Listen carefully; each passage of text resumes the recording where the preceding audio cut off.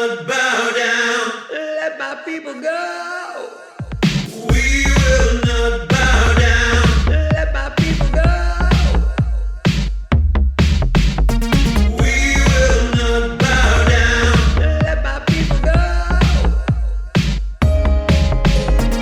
We will not bow down. Let my people go. We will not bow down. Hello and welcome to episode 56 of the Croydon Constitutionalist podcast, bringing classical liberalism to South London and beyond via our YouTube channel and wherever you get your podcasts. My name is Dan Heaton and my partner in podcasting today is Mike Swadling, the co-founder of the Croydon Constitutionalists. Mike, how are you doing? Pubs are open, Dan. That's it. What else is there to be doing? That's finally a step towards freedom. The pubs are open. How about yourself? So far, I've not been to the beer garden anywhere, unfortunately, but I have been back in the gym. So that's something. I've just got to get a bit fitter so I can get into those beer gardens and get my drink on, as it were. Well, I'm delighted to welcome to the podcast today Steve Kelleher, the London Mayoral Candidate for the SDP. Steve, welcome to the podcast. Oh, thank you very much indeed, Dan, and really thank you both for inviting me on. So, Mike, what have we got to discuss today? Well, we're talking about lockdown easing and where we are with that. Talking about campaigns being underway and where the national and sort of London picture is with regards to them. A quick update on the Croydon By-Elections on May the 6th. We'll have a chat with Steve. It was great to get him on. And we'll go through some of the items that are on our website. Excellent. Yes. So the lockdown is finally easing somewhat. The shops are open. The queues going around the corner at Primark, I understand. And yes, the pubs are open. And just in time for the snow, though, it's not been the greatest of conditions to be sat outside in the beer garden so far. Mike, have you been enjoying your newfound freedom much? I did on the first day pop down to a local, thinking, frankly, I would pop in. It might be a bit over busy, and I'll stick around for one. Obviously, at closing time, I thoroughly enjoyed myself. It was crazy to hear laughter, to chat to different people, to just to hear the background noise, even in a relatively small beer garden that was 3/4 full. But yeah, no, it's been good so far. Unfortunately, since then I've been a bit busy, but I have booked some time off to take full advantage of it. Excellent. Well, yes, I may have to do that myself, and if the weather shows any signs of improvement. Well, I noticed that there's a study came out recently suggesting that we actually in the UK achieved herd immunity just a couple of days ago.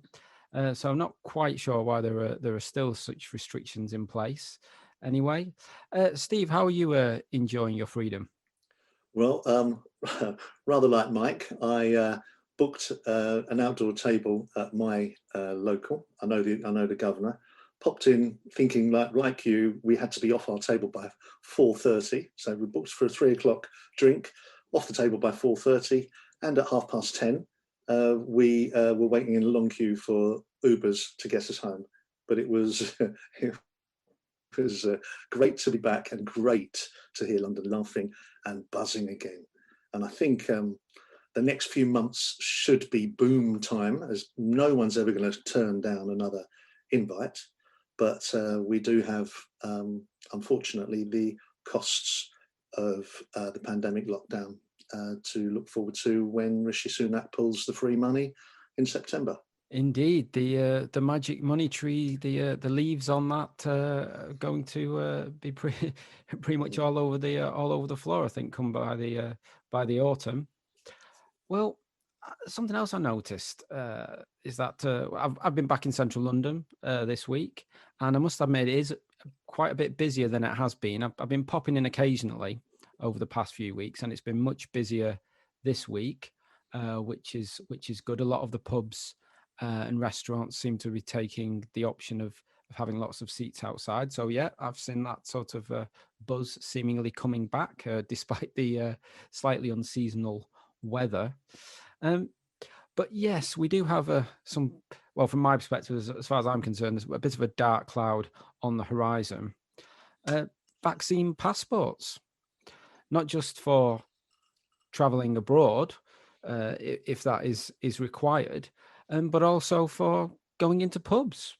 Pub landlords don't seem to want it, but the government seems to be trying to press on with it. Mike, what have you made of this then? I think we've said before. I mean, to me, this just feels like a fundamental infringement on freedom. I don't think in Britain you should be asked for your papers to go to places, and I think that's it's so very wrong. But it's just muddled. We've had this week Boris say that lockdown, not vaccines, are what is saving lives at the moment. What's he talking about? That's not what the data says. The data shows that the plummeting numbers were in the groups that were being vaccinated, and there's no correlation to the change in infections and deaths with lockdown. And indeed, of course, we see other countries that didn't lock down and they've come out of it.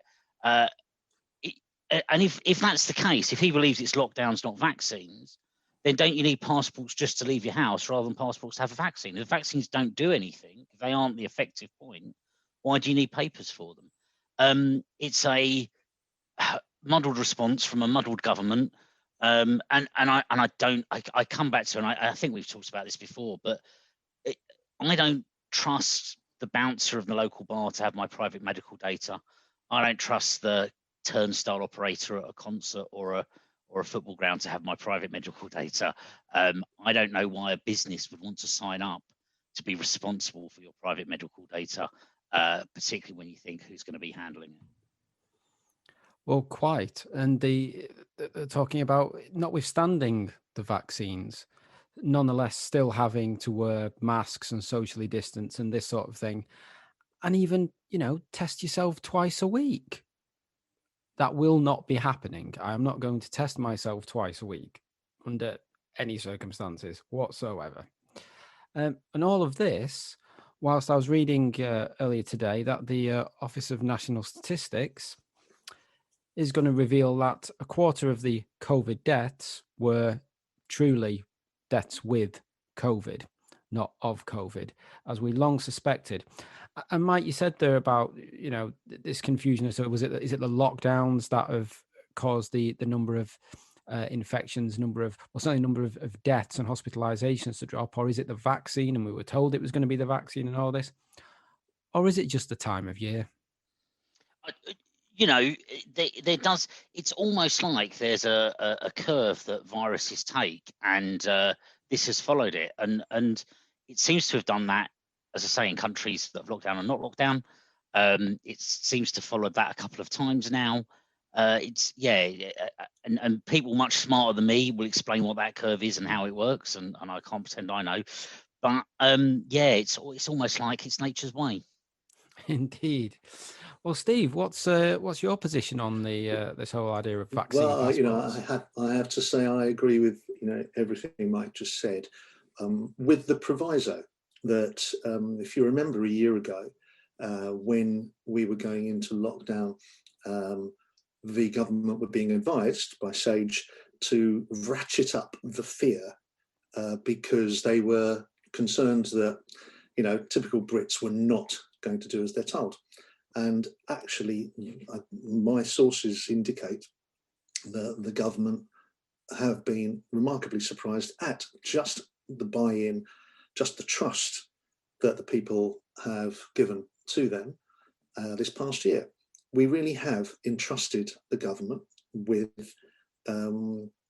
let's say, they have the science, they have the data, and I have been personally surprised at very good friends of mine who are independent thinkers, and yet they are foursquare behind the government.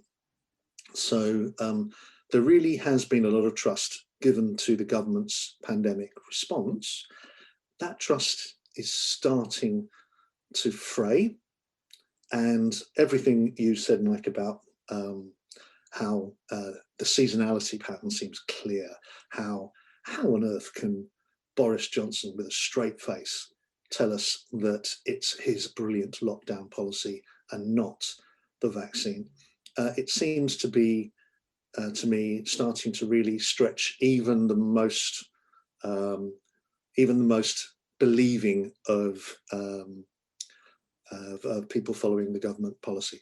My personal view is that this is such a catastrophic error from a cost to the economy perspective. It is of such mega proportions that, rather like Tony Blair and Iraq, Tony Blair will never admit that Iraq was a mistake. Boris Johnson and this government will never admit that their extended lockdown policies were a mistake. Currently, we believe them because the costs are defrayed. But in 2 years' time, there'll be nowhere to hide. And the cost to the economy will be really quite substantial.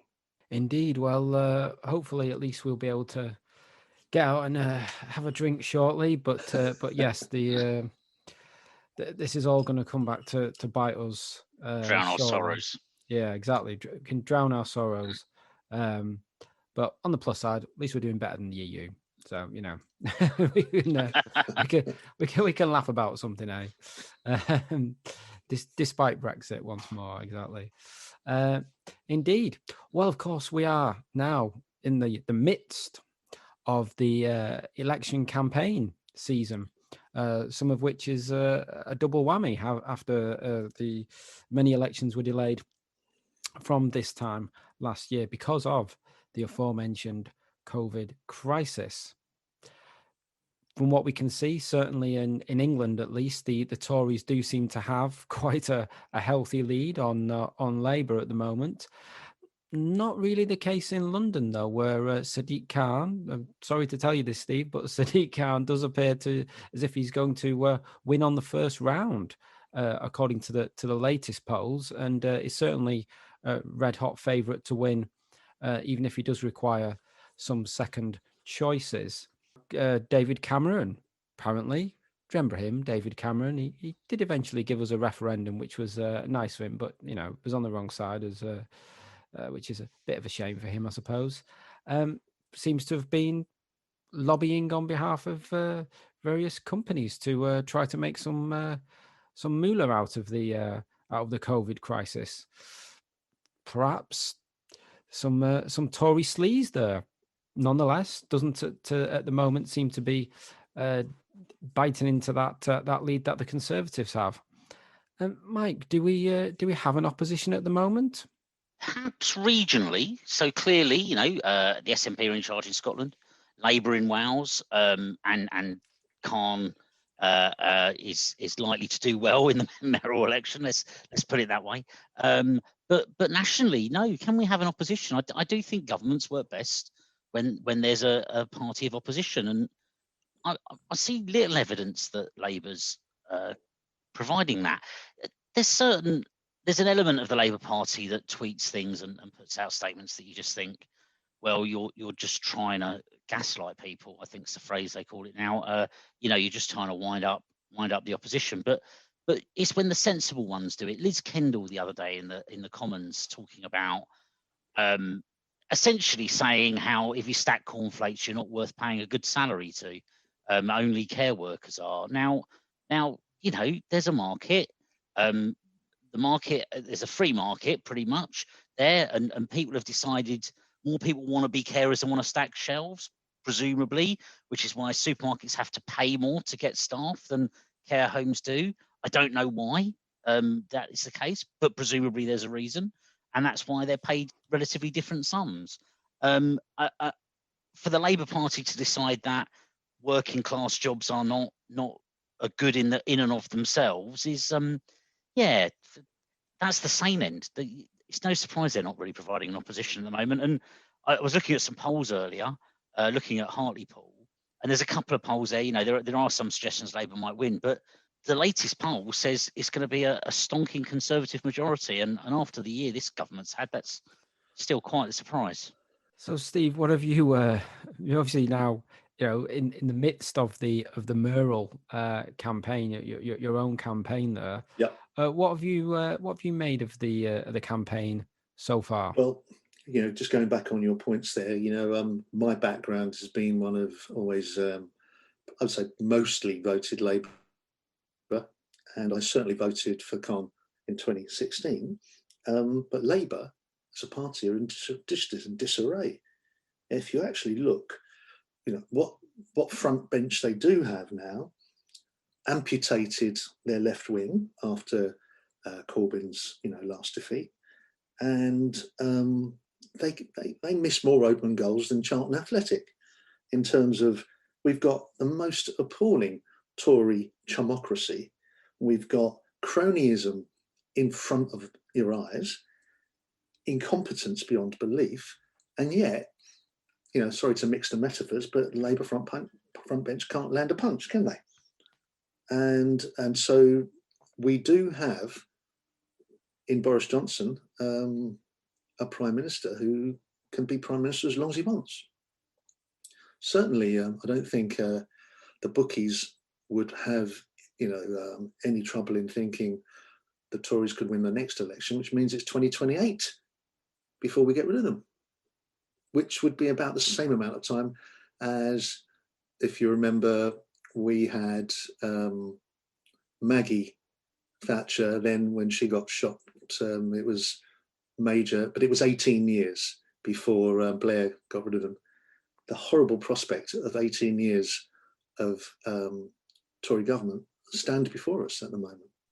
And you mentioned Cameron, the hypocrisy of that man, and the almost certain knowledge that any official inquiry will eventually come back with a sort of banal statement that lessons must be learned.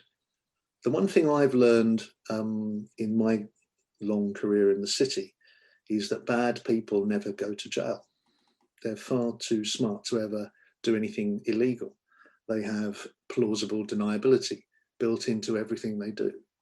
And I am certain David Cameron didn't do anything illegal. I'm absolutely certain of that.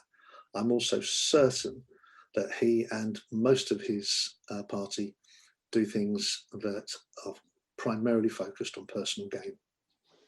There's something there, Steve, I think as well, is even if they're not doing things based on personal gain, even if it's just coincidence. And I was reading today about Hancock.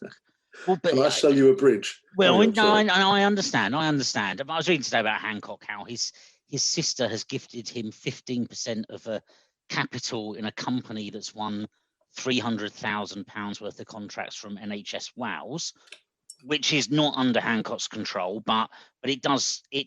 When I look at that, and it might be entirely above board. And first, it raises two questions to me. First is, why don't my sisters gift me 15% of a company with £300,000 worth of contracts? I will be getting on the phone to them later, asking what they're playing at. But I think most people's sisters don't, because most people's sisters aren't in that position. And when you just look at that, it's got a smell about it. And there's something about this government, the Cameron, some of the contracts during the start of the lockdown. And I have to say, to be fair, during that period when we were in utter panic as a nation, I can understand how processes were breached and you just got on and done things. I do get that. But there's just a smell about it at the moment that it's the smell of the last days of Major.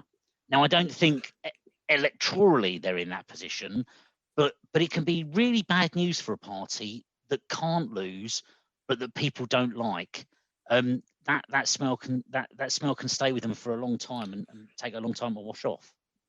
I agree with what you say there. And the fact is, we are all. Have you ever had an operation and you come out of it and you're in that lovely snoozy, warm feeling where the drugs are still, the strong painkillers are still making you sort of feel okay with the world, and you're all snuggled up.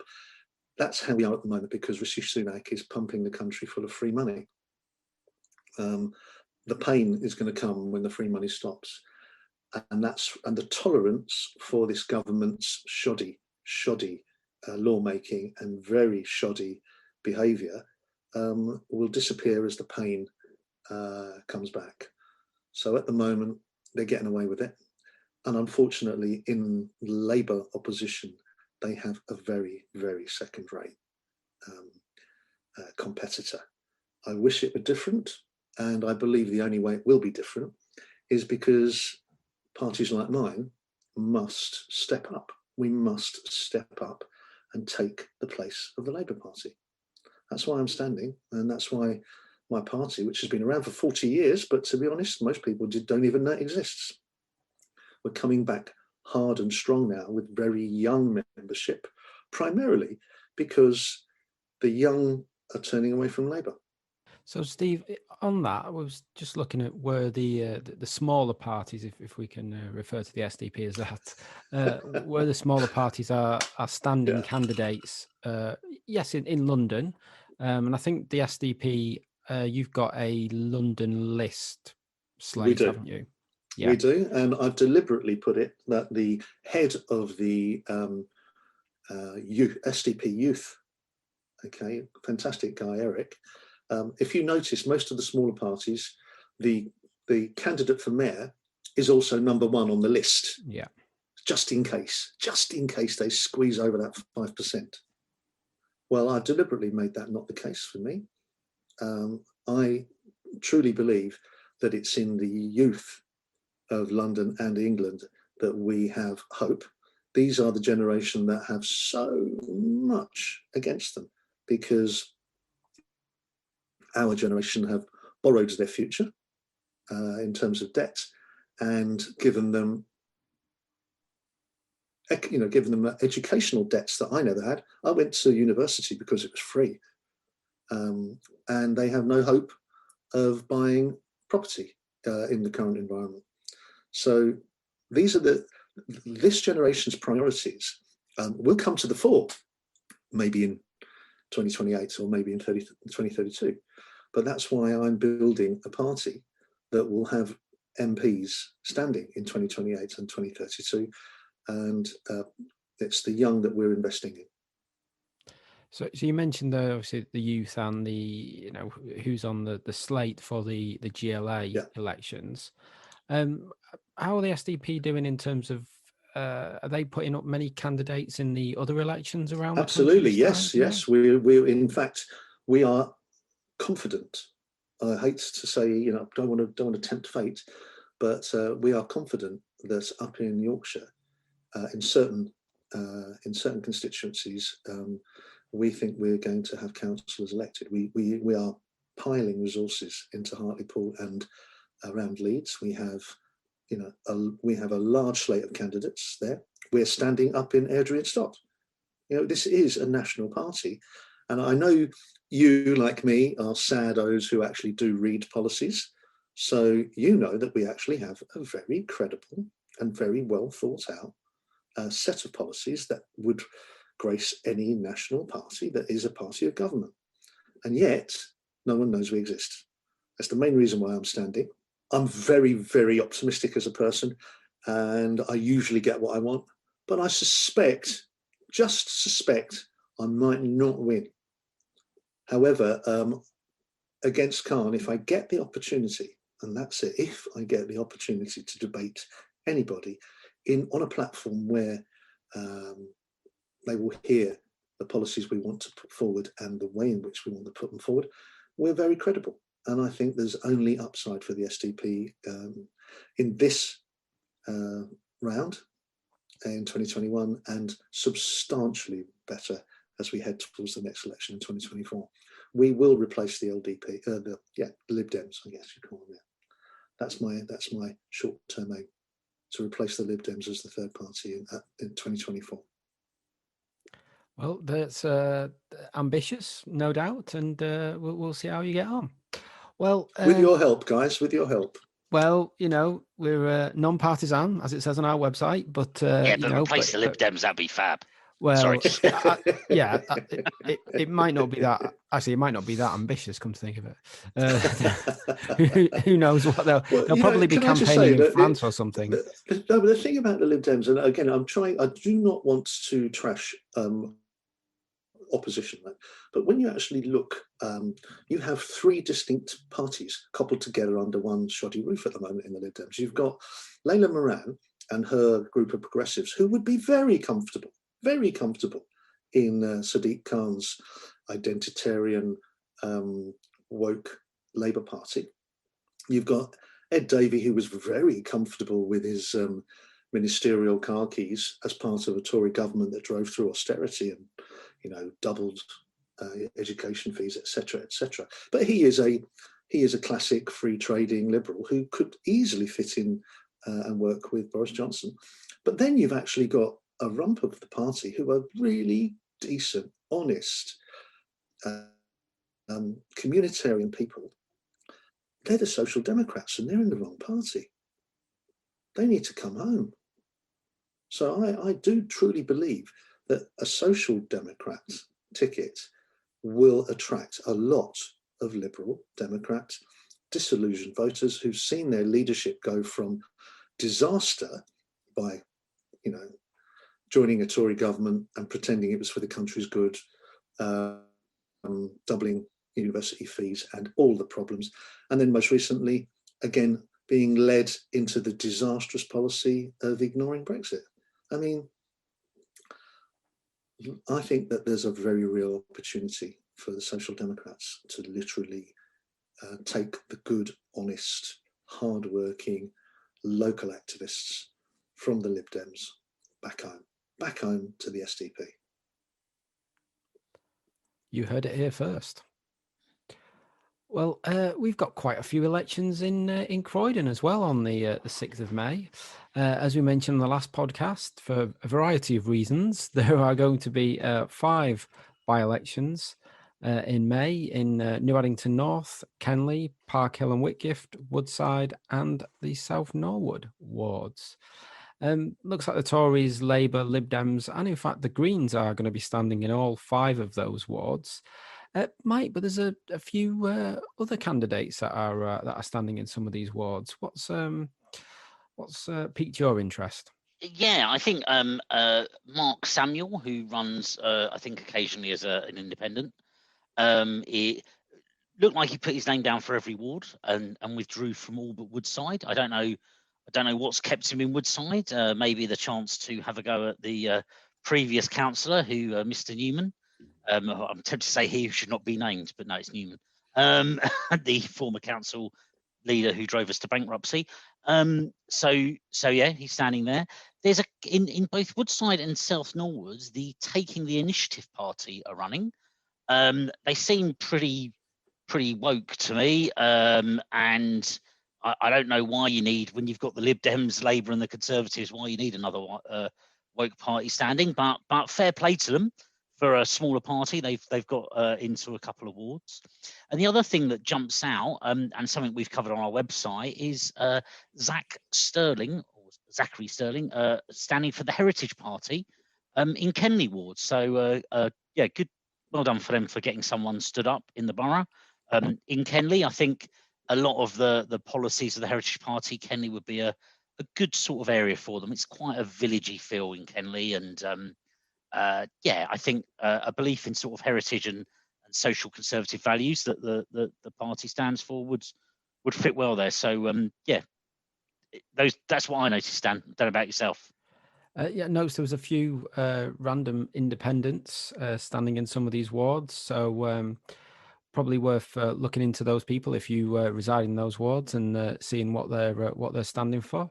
I suppose with independence, it really is about getting yourself out there, and you know, people haven't really got the time or the ability to do that in the current conditions. Got to ask Steve, 5 by-elections in Croydon. We've talked about a few parties there and a few independents. No SDP candidates. No, indeed, and you know, I am somewhat disappointed by that, but also realistic in that. This is a party that just a couple of years ago counted its national membership in the low hundreds. So now we're at sort of 4,000 and growing very quickly. But we did not have the candidates to stand in Croydon. That's going to change. And it's going to change because the SDP's standing in the country is going to be substantially higher after the 6th of May than it was a few months ago when we were trying to organise our numbers to be, nationally representative. Yeah, I'm disappointed, but I also think that you have to start at the local level if you really are serious about being, part of a government. That's right, Steve. I absolutely agree. And Dan, you know this. We've talked about this many times. The importance of having a local infrastructure. Reform parties obviously wants to be a big thing. Reclaim allegedly has a lot of money behind it. 5 million.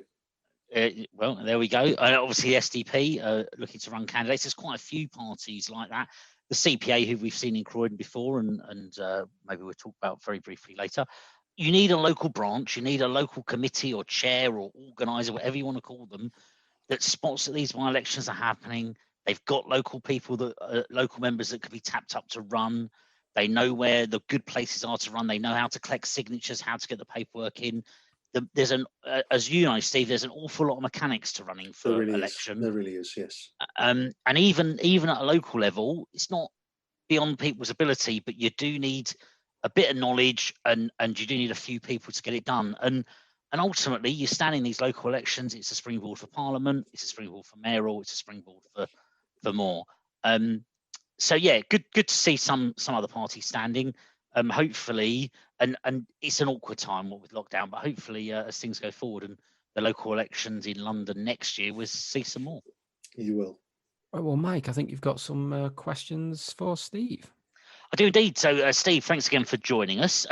We're hopefully going to get something up on our website from you soon in terms of an article, but just cover some of the same bits and some other bits here now. And I'd encourage people to have a look out on our website for that.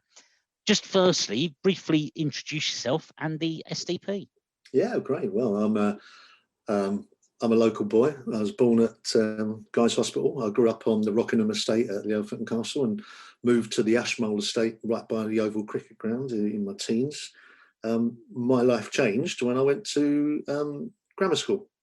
And that meant that all of a sudden, everyone around me was anticipating going to university. And that meant, I actually did go to university in 1980 when it was free. And I came out a firebrand left winger, but with a completely different, big picture view of the world. I was the first non-Oxbridge toff taken on in, the posh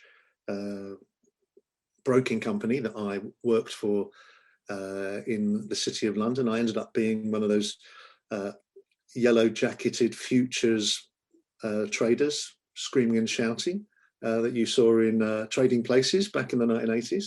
I worked in Chicago for a while. I ended up running sales teams for international investment banks, and that was all being a wide boy. I was quick at numbers and I did very well. And then for the last 16, 17 years, I've run a recruitment business focused in the city: IT, legal and compliance, trading, sales. I've built my own company, but I've also helped start and build many, many businesses in the last 16, 17 years. And I want to take those skills and use them to hire the right people to help me run London. In my spare time, I sing in a rock band. I'm a very avid cricketer, but at my age now, I'm maybe not quite the player I used to be, but I do a lot more umpiring. And I've got a lot of energy. I've got 5 children, and I'm passionate about making sure London is a better place when I die than it was when I was born. Thank you. So we've already talked about the mayor, and you've said you want to run a positive campaign. Maybe I've loaded that question a little bit there, but never mind. What do you make of Mayor Khan? And in fact, you said you voted for him.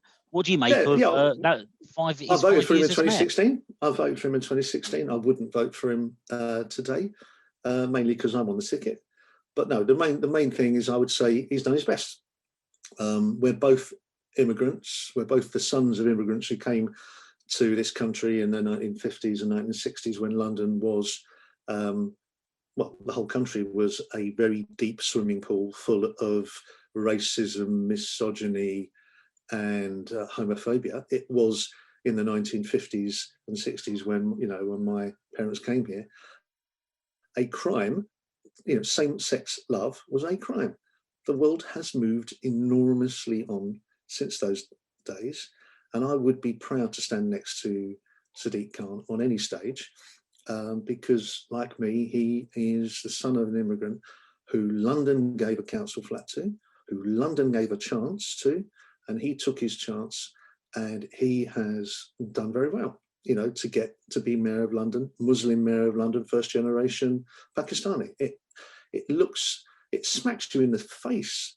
How can you call London a racist place when this is the fact? The Sewell report showed us that whilst nothing is perfect, and I will not rest when it comes to racism, we have moved on so far. And yet, I said we were, my parents were dunked into a swimming pool full of, racism and misogyny, etc. There are still a couple of swimming pools full up in London. One is full up of homelessness and people are drowning there, and one is full up of crime and people are drowning there. And let's just say that as mayor, my priorities differ from Sadiq Khan's. He has shown us now in 5 years, he has a track record. And I will just leave that up to the electorate to look at. He has a track record which you can measure, and he has a clear priority set, which I strongly disagree with. I'm putting forward a very, very different set of priorities, and I think London needs a change. If you are happy with how things are, if you want nothing to change, vote for Mr. Khan.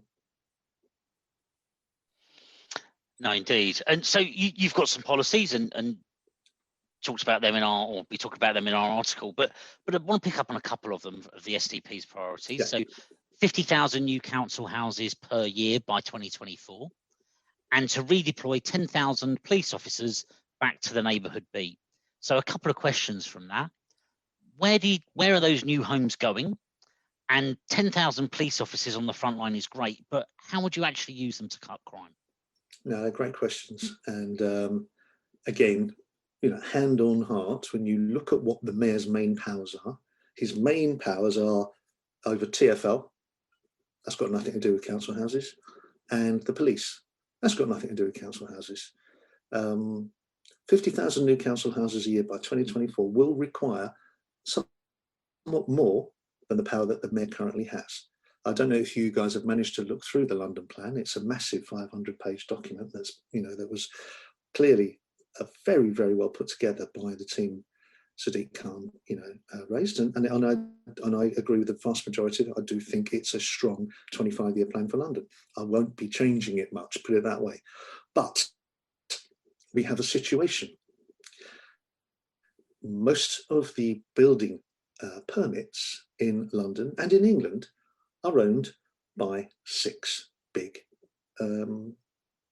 developers. We know their names. It's Bovis, it's Persimmon, it's Wimpey, and the others. Back in 2019, the Tory party was almost bust under Theresa May. And then in June 2019, all the donors had left them. They were disgusted with what was going on. In June 2019, in came Boris Johnson. And since that date, those 6 home builders have donated £11 million of cash money to the Tory party. It would be naive to not think they thought they might get a bit of bang for their buck. And they have. In the last 2 times Rishi Sunak has stood up with budgets, he has pumped demand, which is already at ludicrously high levels, and done nothing about supply, where these big six developers own all the land and all the building permits. They are not in the business of building houses. They are in the business of returning profits to their shareholders. And they do it by deliberately restricting the supply of housing, guaranteeing that every new housing development is more expensive than the last one. That's not a market. That's not a free market. That's not capitalism. That is a cartel. Or let's just say, allegedly, that's a cartel and should be reported to the Competition and Markets Authority. But one it's hard not to believe that in this, in this next 3 years as your mayor, I may not have the power to get those big six to build houses at fair prices, but I do have great control over land that TfL owns, and I will break every. I will not break every rule. I will do everything that is physically in my power to make it happen. And one thing Khan has failed dismally on is using the power of the bully pulpit. He is the mayor of London is the most voted for person in the country. He, when Khan won in 2016, I think he had 1.2 million votes or something like that. That's more than the whole of the front bench of the government added together. And yet he isn't on the 6 o'clock news every single night screaming at the collusion that's going on to make London the ludicrously overpriced place it is. So I will say this: if I become London's mayor, I believe that it might be a bad idea to be buying 3-bedroom and 4-bedroom, flats at today's prices, because I want to see those prices lower. I want to see the supply of council houses substantially higher, and my vision is very clear. Grandparents, parents, and adult children should be able to live within walking distance of one another. When you have that, you have neighbourhood. When you have that, you have community. When you have that, you see crime rates falling through the floor. Housing is at the centre of the answers to most of London's problems, and I will not rest. I will not rest. Just to say thank you for that. Just reiterating, asking the question for policing. So 10,000 frontline police. Any thoughts on how would they be used differently, if indeed they would? Okay, so first up, without doubt, Mr. Khan has introduced a strong political, let's say, influence in his position, and we have seen an identitarian promotion from his sector. Now, back in the 1990s, I was living in Elton when poor Stephen Lawrence was disgracefully murdered, and the appalling Metropolitan Police inquiries that disgusted the nation led to the Macpherson report that showed the Met Police to be institutionally racist. That has hung around their necks like a stinking albatross for 20 years. But that police force is now reformed. It's not perfect, but it is nothing like the institutionally racist institution it was in the 1990s. I trust local commanders to keep us safe. They know who the villains are. Stop and search is a controversial policy, and certainly conversations with local communities need to be at the forefront. But stop and search saves lives. And that Sewell report showed that for every white man murdered in England, 24 black men are murdered in England. That is not acceptable. And therefore, our party policy is absolutely clear. We currently have resources, substantial resources, monitoring social media for hate crimes and other such areas that need to be deprioritized. Hurt feelings are one thing. Boys bleeding out on the streets of Croydon are another. So my priorities are very clear. And if you don't like them, don't vote for me. It's a pretty clear message. So thank you for that. Now the Croydon Constitutionists like to do some work with our friends at the Taxpayers Alliance. How would 4 years of Mayor Kelleher impact our council tax? Again, I'll be honest with you, I don't think anyone's going to like the answer, because I am, at heart, I am a businessman. I really think you cannot tax people into prosperity.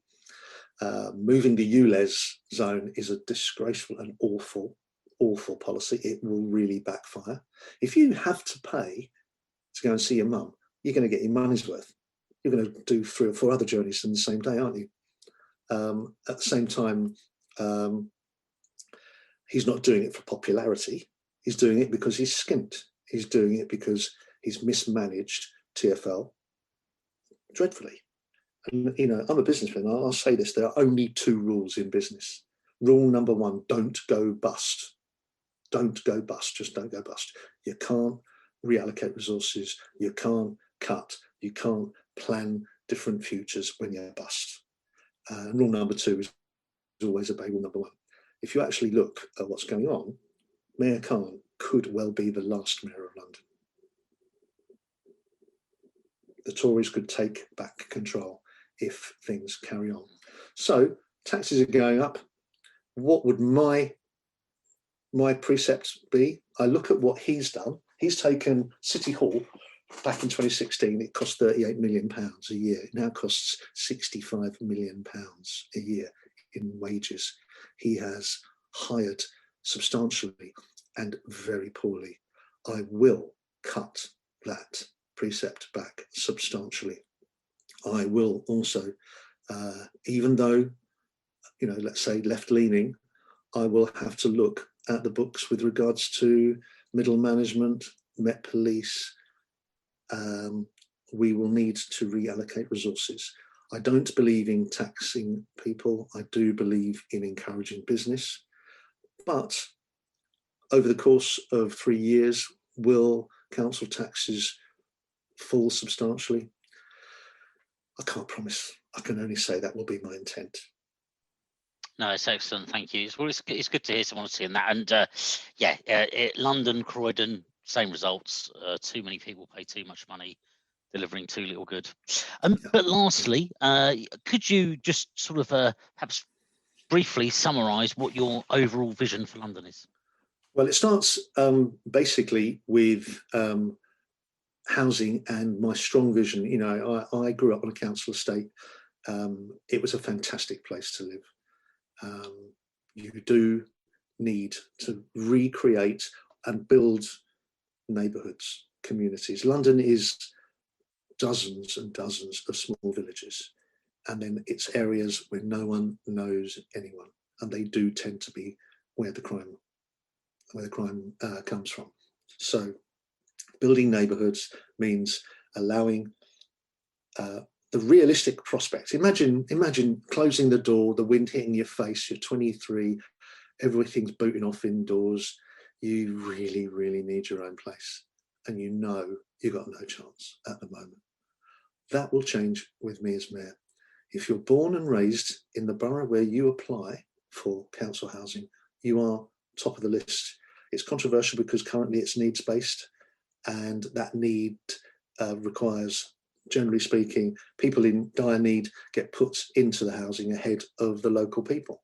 I think that policy, my policy, would have been racist 40 years ago, but I think today London is this wonderful melting pot, and what we need to do is strongly encourage family and neighbourhood and community. So my vision is one of a realistic prospect, real prospect of decent council housing, decent transport to work, and safe streets. Thanks for that, Steve. Been really interesting to hear from you there. And you guys, and really thank you so much for inviting me on today. Well, thanks for that, Steve. Some interesting points there. Well, Mike, we've got quite a few pieces put up on our website in the last little while. Why don't you take the listeners through some of those? Indeed, election season is upon us, and although the pubs are opening out, if you're taking your laptop down there, you want to read our website whilst you're enjoying your G&T or whatever it may be. So a few things that might be of interest to you. First of all, we've got some interviews with, or an interview with Maureen Martin, who we've spoken to on our podcast before and on our website, of the Christian People's Alliance.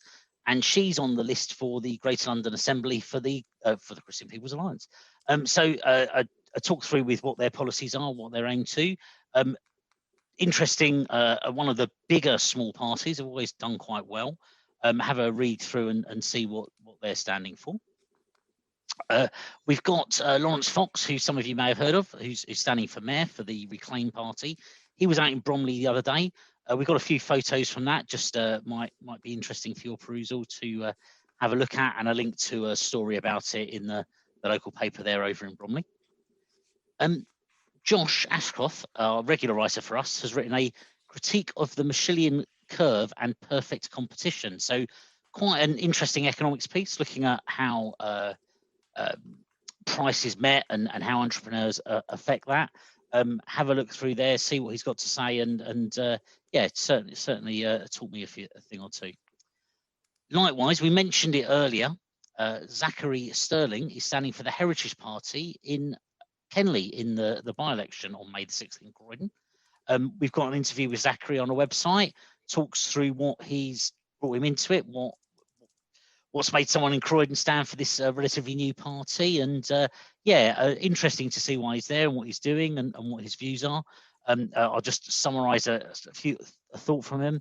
It is my hope that I should be able to help London, Croydon and Kenley be safe, beautiful places with thriving economies and strong cultural worth as success stories of freedom and limited government. So yeah, have a read through what Zachary's doing.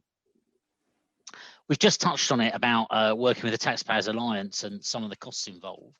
And the Taxpayers Alliance Town Hall Rich List, which back in the days when we could go on the street, Dan and I would often be in Croydon handing out leaflets about the cost of some of the salaries in Croydon Council. Well, they've published their 2021 Rich List.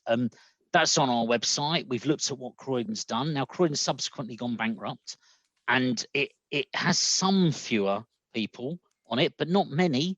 And really are there's 19 people in Croydon, or according to the Rich List, there's now down to 16, were paid over £100,000. 2 of them were paid more than the Prime Minister. When you compare it to neighbouring boroughs and like Sutton, who have got just 10 staff on that price, on that sort of money, Bromley, who have got 9 staff and less for some other boroughs, you've got to wonder really what Croydon Council was doing. So have a read through and you can see, unfortunately, some of what led to our town's downfall. And lastly, Chris Wilkinson, who we've had on this podcast, and Dan and I have appeared on his show and we've spoken to in the past, who runs a group called the Independent Libertarians. He's running in for Lichfield City Council and for Staffordshire County Council, his local area. And he's talked about what's making him run and why he wants to be a councillor as an independent libertarian. Again, a very different sort of way of running, and it's an independent, but with a very firm set of ideas. Well worth a read through and find out a bit more about someone who's standing up to be counted. Well, if you'd like to write for our website or have any stories you'd like us to cover, do please contact us. You can do so via the Twitter @CroydonConst, via our Facebook page, via our website, croydonconstitutionalists.uk, or via email, croydonconstitutionalists@gmail.com. Well, do please subscribe to the podcast and the pubcast. I suspect we will be out there sometime very shortly in a beer garden doing another pubcast. Do please subscribe to the YouTube channel. Do please like, share, and leave a review. It's always good to get feedback, and it helps others to find the podcast. Well, thank you very much to Steve for joining us on the podcast today. Best of luck in May. Well, thank you very much for the invite, guys. I really enjoyed it, and keep up the good work. And finally, thank you all for listening. Until next time, it's goodbye from me. And it's goodbye from me. Get to the Goodbye. beer garden.